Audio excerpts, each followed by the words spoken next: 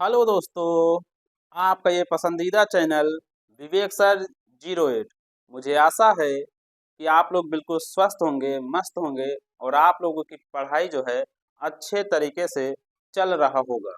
तो आइए आज हम लोग केमिस्ट्री के चैप्टर 2 के पार्ट 3 स्टार्ट करते हैं।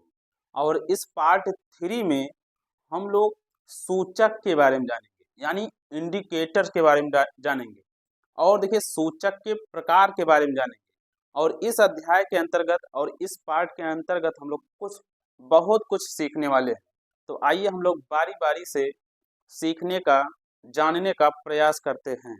तो सबसे पहले देखिए हम लोग क्या पढ़ेंगे, सूचक, इंडिकेटर्स। तो आइए देखते हैं ये सूचक क्या है। देखिए यहाँ लिखा है ना, इंडिकेटर्स। देखिए इंडिकेटर यानी सूचक, सूचना देने वाले जो होता है उसको क्या कहते हैं, सूचक कहते हैं। यानी किसका सूचना देगा, अम्लीय और क्षारीय होने का, पहचान का सूचना देगा। तो आइए परिभाषा पहले समझते हैं। तो सूचक देखिए वे पदार्थ जो अम्लीय विलयन और क्षारीय विलयन में भिन्न भिन्न या अलग अलग रंग देते हैं, क्या कहलाते हैं, सूचक कहलाते हैं, इंडिकेटर कहलाते हैं। चलिए देखिए सूचक के हम लोग एग्जाम्पल देखते हैं। Litmus paper, methyl orange. देखिए इसका क्या मतलब है, लिटमस पेपर को जब हम लोग अम्ल में डालेंगे तो उसका कलर कुछ और हो जाएगा, जब उसको क्षार में डालेंगे तो उसका कलर कुछ और हो जाएगा। तो देखिए ऐसे ये भी है, मिथाइल ऑरेंज को जब देखिए अम्ल में डालेंगे तो उसका कलर कुछ और होगा, क्षार में डाल देंगे तो उसका कलर कुछ और हो जाएगा। तो आइए देखते हैं सूचक के प्रकार। सूचक के देखिए निम्नलिखित प्रकार होते हैं। इसमें देखिए दिया है प्राकृतिक सूचक, संश्लेषित सूचक और क्या है, गंध युक्त सूचक। तो देखिए पहला इसमें है प्राकृतिक सूचक। देखिए प्राकृतिक सूचक जैसा कि नाम से पता चल रहा है कि ये ऐसा सूचक होगा या ऐसा पदार्थ होगा जो डायरेक्टली हम लोगों को कहाँ से मिल जाएगा, प्रकृति से मिल जाएगा। हम लोग जहाँ घूमते टहलते हैं वहाँ ये सभी चीजें दिखाई देती हैं। तो देखिए कुछ सूचक ऐसे होते हैं जो सीधे प्रकृति से प्राप्त होते हैं, उसे क्या कहते हैं, ऐसे सूचकों को प्राकृतिक सूचक कहते हैं। जैसे देखिए यहाँ एग्जाम्पल दिया है, लाल पत्ता गोभी दिया है।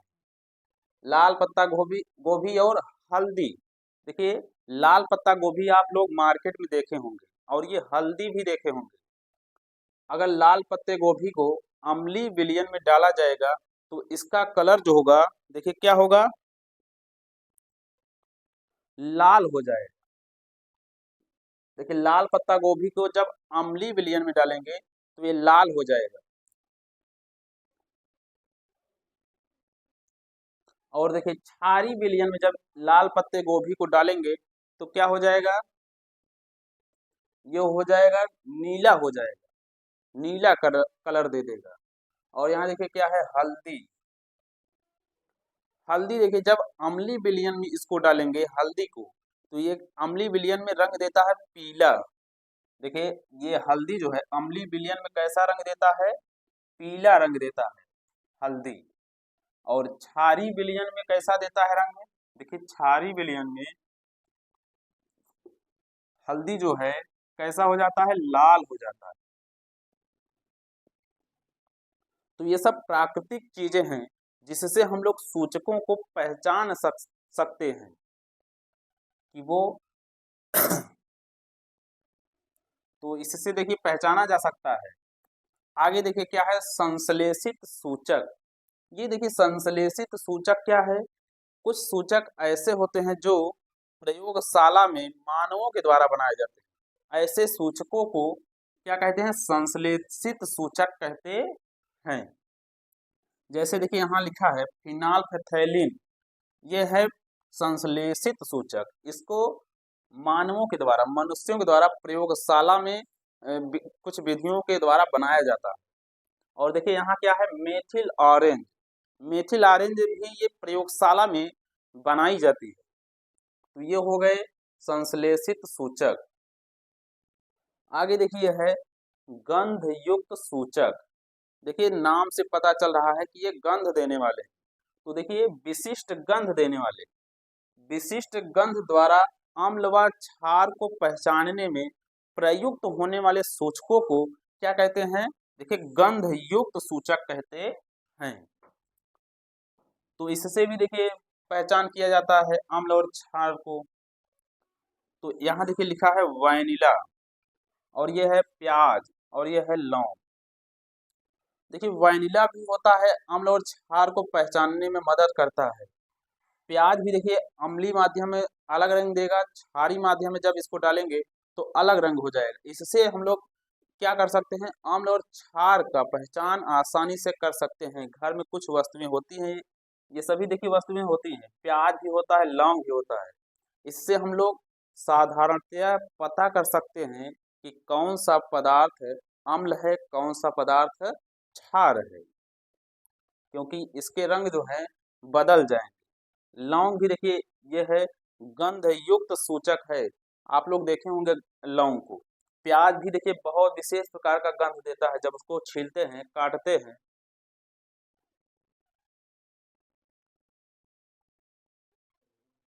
जब देखिए उसको छीलते हैं और काटते हैं तो एक विशेष प्रकार का उसमें से गंध निकलता है। तो ये हो गया गंध युक्त सूचक, वैनिला, प्याज और लौंग। प्याज भी देखिए इसका भी रंग अलग हो जाता है, और लौंग भी, इसका भी देखिए रंग जो होता है अलग हो जाता है। अम्ल में डालेंगे अलग होगा, क्षार में डालेंगे इसका रंग क्या होगा? भिन्न भिन्न हो जाएगा, अलग अलग हो जाएगा। तो ये हो गए अम्ल और क्षार के पहचानने का तरीका। हम लोग इन सभी चीजों से अम्ल और क्षार की पहचान आसानी से कर सकते हैं। तो आइए आगे हम लोग पढ़ेंगे जल के आयनिक गुणनफल के बारे में पढ़ेंगे। चलिए हम लोग जल के आयनिक गुणनफल के बारे में जानते हैं। तो देखिए जल के आयनिक गुणनफल क्या होता है? स्थिर ताप पर जल का आयनिक गुणनफल जल में उपस्थित हाइड्रोजन आयन सांद्रण यानी H+ तथा हाइड्रोक्साइड आयन सांद्रण OH ऋण के गुणनफल के क्या होता है? बराबर होता है। इसे Kw से प्रदर्शित करते हैं। तो चलिए देखते हैं जल का आयनिक गुणनफल क्या होता है। यानी Kw, देखिए स्थिर ताप, यहाँ लिखा है देखिए स्थिर ताप। तो कौन से ताप पर जल का आयनिक गुणनफल जो होता है, जल के आयनिक गुणनफल के क्या होता है? बराबर होता है। H+ आयन और OH ऋण आयन के गुणनफल कौन सा ताप होता है? ये होता है स्थिर ताप। स्थिर ताप ये होता है 25 डिग्री सेल्सियस, यानी 25 डिग्री सेल्सियस तापमान पर जल का आयनिक गुणनफल जो होता है H+ आयन और OH ऋण आयन के गुणनफल के क्या होता है? बराबर होता है। तो यही इसका कहने का मतलब है। स्थिर ताप कौन सा है? 25 डिग्री सेल्सियस।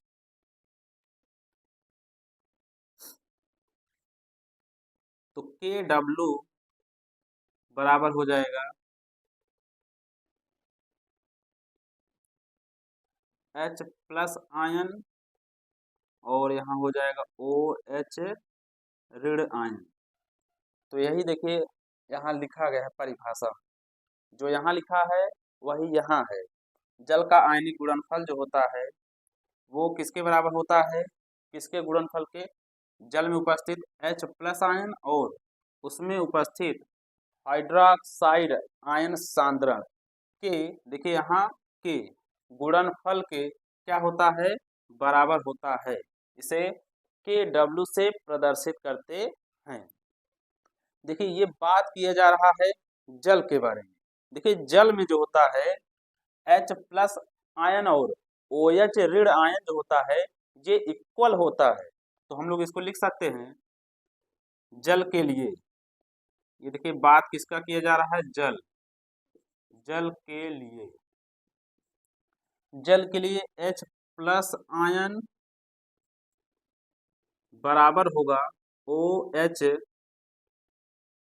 ऋण आयन के, ये क्या हो जाएगा? इक्वल हो जाएगा। और ये देखिए बराबर होता है किसके? 1 गुणे 10 की पावर -14 के। क्या होता है? बराबर होता है। तो इसको देखिए हम लोग ऐसे भी लिख सकते हैं, H प्लस घात 2 ये बराबर हो जाएगा 1 × 10 की घात 2 का भाग 14 हो जाएगा, कितना हो जाएगा -7 हो जाएगा। तो देखिए यहाँ लिखा है H प्लस आयन और OH ऋण आयन आपस में क्या है, बराबर है। तो यहाँ हम लोग लिख सकते हैं H प्लस आयन ये बराबर होगा किसके, OH ऋण आयन के, और ये बराबर होगा किसके, इसके बराबर हो जाएगा, यानी 1 × 10⁻⁷। जब देखिए इन दोनों का आपस में गुणा करेंगे तो यहाँ से फिर से यही आ जाएगा, 1 × 10⁻⁻14, 7×7 = 14 हो जाएगा। जब इसका देखिए मल्टीप्लाई कर देंगे तो फिर से क्या आ जाएगा, यही आ जाएगा, क्योंकि जल में H प्लस आयन और OH ऋण आयन आपस में क्या होता है, बराबर होता है। और शुद्ध जल का जो pH मान भी होता है वो कितना होता है, 7 होता है। H प्लस आयन और OH ऋण आयन आपस में क्या होता है, बराबर होता है। तो ये हो गया जल का आयनिक गुणनफल, यानी H प्लस आयन बराबर OH ऋण आयन, और ये बराबर होगा किसके, 1 × 10⁻⁷ के बराबर होगा। आगे देखिए हम लोग देखेंगे pH पैमाना। चलिए देखते हैं pH पैमाना। pH पैमाना,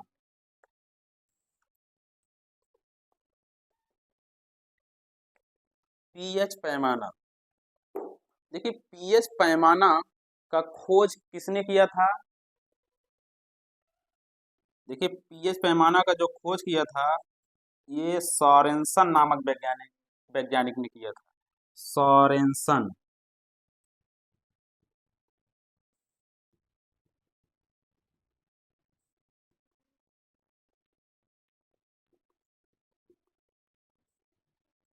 देखिए pH पैमाना में देखिए ये किसने खोजा था, सोरेनसन नामक वैज्ञानिक ने खोजा था। और ये पैमाना जो होता है 0 से लेकर के 14 के बीच में संख्याएं होती हैं।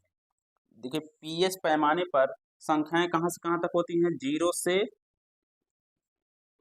लेकर के 14 के बीच में संख्याएं होती हैं। और इन्होंने ये बताया था कि इसी पैमाने में कुछ अम्ल भी होते हैं और कुछ क्षार भी होते हैं और कुछ उदासीन भी होते हैं। ये 0 से लेकर के 14 के बीच में ही, 0 से लेकर के 14। चलिए इसका हम लोग पैमाना बनाते हैं pH। तो ये देखिए pH पैमाना देखिए बन गया। यहाँ देखिए क्या होगा, 0, यहाँ मान लीजिए 1, यहाँ 2, यहाँ 3, 4, 5, 6, 7, 8, 9, 10, 11, 12, 13 और एक कर दीजिए 14। क्योंकि सोरेनसन नामक वैज्ञानिक ने pH पैमाना बनाते समय संख्याएं कहाँ से कहाँ तक रखा था, 0 से 14 तक। तो देखिए हमने भी 0 से 14 को सजा दिया है पैमाने पर। और ये देखिए संख्याएं जो होती हैं एक निश्चित क्रम में होती हैं और समान दूरी पर होता है। देखिए समान दूरी, यहाँ से लेकर यहाँ तक जितना गैपिंग होगा, यहाँ से लेकर के यहाँ तक भी इतना ही गैपिंग होगा। तो देखिए pH पैमाना देखिए बनकर तैयार हो गया। और सोरेनसन ने pH पैमाने पर P को क्या बताया है, देखिए P मतलब पावर, पावर मतलब शक्ति। देखिए P का मतलब पावर और H का मतलब हाइड्रोजन। तो pH का देखिए फुल फॉर्म होता है, क्या होता है, पावर ऑफ हाइड्रोजन। क्या होता है, पावर ऑफ हाइड्रोजन होता है pH का फुल फॉर्म। तो लिख लीजिएगा pH का जो फुल फॉर्म होता है पावर ऑफ हाइड्रोजन होता है। यह किसने बताया था, यह सोरेनसन ने बताया था। अब चलिए इसमें देखते हैं कहाँ से कहाँ तक अम्ल होता है, कहाँ से लेकर कहाँ तक क्षार होता है और कहाँ उदासीन होता है। देखिए 0 से अगर 7 के बीच में रहेंगे, यहाँ से लेकर के यहाँ तक के बीच में, 0 से ज़्यादा 7 से कम का जो विलयन होता है वो अम्लीय होता है। यानी यहाँ लिख सकते हैं अम्लीय विलयन होगा। क्या होगा, अम्लीय होगा, अम्लीय होगा। यानी अगर किसी भी पदार्थ का पीएच मान 2 है तो क्या होगा, अम्ल होगा। अगर 2.4 होगा तो अम्ल होगा, 5 होगा तो अम्ल होगा, 6 होगा तो अम्ल होगा। यानी 6.5 होगा भी तो क्या होगा, अम्ल होगा, लेकिन 7 अम्ल नहीं होगा। अभी 7 के बारे में हम लोग थोड़ी देर बाद बात करेंगे। अब देखिए 7 से ज्यादा और 14 से कम, यानी 7 से ज्यादा और 14 के जो बीच में होंगे, 7 से ज्यादा और 14 तक का जो विलयन होगा वो क्या होगा, क्षारीय होगा। क्या होगा, क्षारीय विलयन होगा।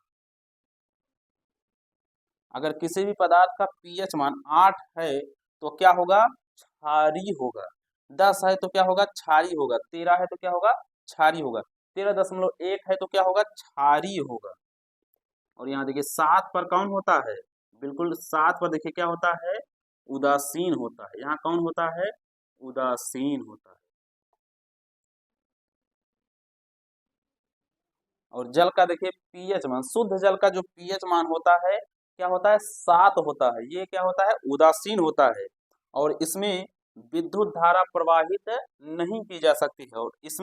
और इसमें विद्युत धारा का प्रवाह आसानी से सुगमता पूर्वक कर सकते हैं। और इसमें जिसका पीएच मान 7 होगा, उदासीन होगा, न्यूट्रल होगा तो उसमें विद्युत धारा का प्रवाह नहीं किया जा सकता है। यही कारण है कि जो डॉक्टर लोग होते हैं शुद्ध जल ग्लूकोज चढ़ाते हैं तो वो होता है शुद्ध जल होता है। तो इसका देखिए पीएच मान क्या होता है, 7 होता है। इसमें विद्युत धारा अगर प्रवाहित करेंगे तो करंट आपको नहीं मारेगा, क्योंकि ये उदासीन होता है। उदासीन विलयन में विद्युत धारा जो होता है बिल्कुल क्या होता है, शून्य होता है। तो ये हो गया देखिए अम्ली, यहाँ से लेकर के यहाँ तक, और यहाँ से लेकर के यहाँ तक क्या हो गया, क्षारी। और बिल्कुल मध्य में जो बैठा है 7, 7 अगर किसी विलयन का पीएच मान है तो हमेशा क्या होगा, उदासीन होगा। आई होप कि आपको यह वीडियो जो है बहुत पसंद आया होगा। अगर वीडियो पसंद आया हो तो वीडियो को लाइक, चैनल को सब्सक्राइब और बेल आइकन को दबाना नहीं भूलिएगा दोस्तों। मिलते हैं ऐसे किसी नेक्स्ट वीडियो के साथ। जय हिंद।